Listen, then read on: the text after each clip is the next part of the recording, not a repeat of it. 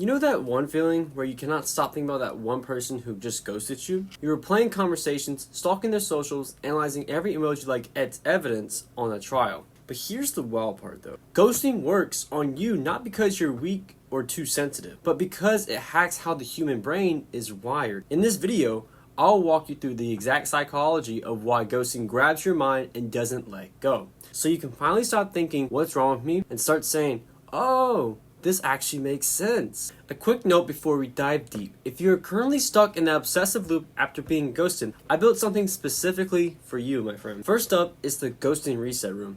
It's completely free. It's a short psychology back-end reset to help you stop spiraling, calm your nervous system, and feel a little more control without chasing closure. If you already know you want to go deeper, there's also the Ghosting Recovery Program. A full step-by-step program that breaks down why they disappeared, helps you interrupt the mental replay, and rebuilds your self-trust so you can stop chasing closure and choose yourself. You can check both of this out in this video or after this video. The links are in the description below. Alright, let's unpack why your brain is so hooked. The first reason ghosting hits so hard is something called the disenfranchised grief. You're grieving a loss that no one around you fully recognizes. There was no breakup talk, no we're done, no label, no ceremony, just silence. So your body responds like it's a breakup.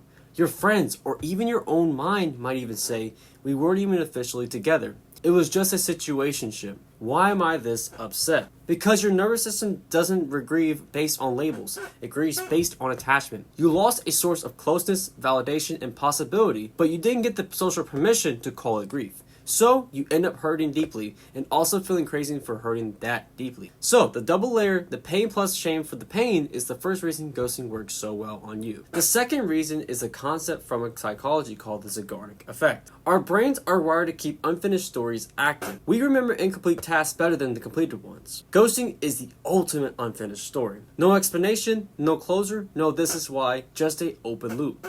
So your mind does what it's designed to do. It replays the last text. It reanalyzes the last date. It creates 100 different endings to a story that never officially ended. You're not obsessing because you're broken. You're obsessed because your brain is trying to finish a story it never got to complete. Next is something I call the cognitive isolation. When someone goes, they exit the shared reality. You're left as the only person still holding the memories, the meanings, and the questions. There are no conversations like, here's how I experienced this. Here's what's going on with me.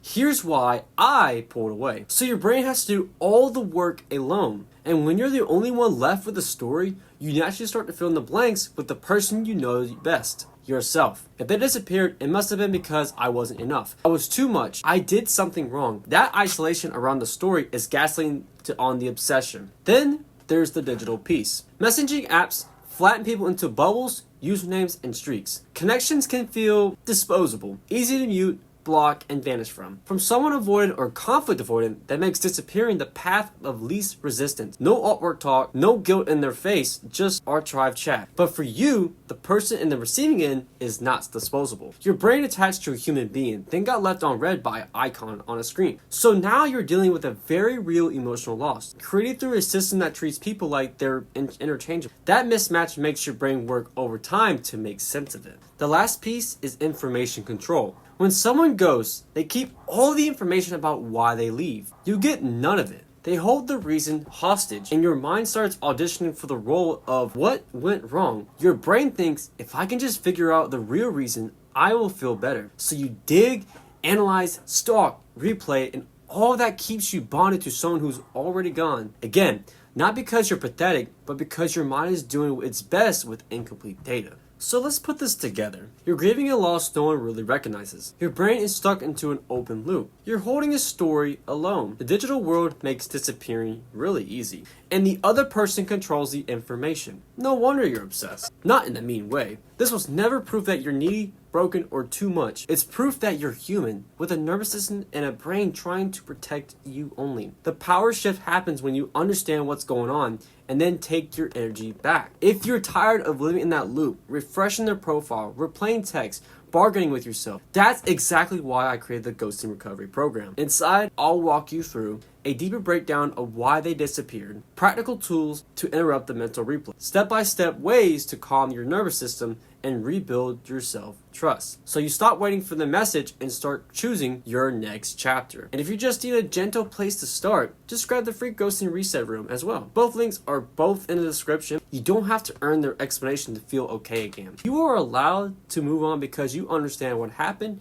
and you are choosing you. Thanks for watching, and I will see you in the next video.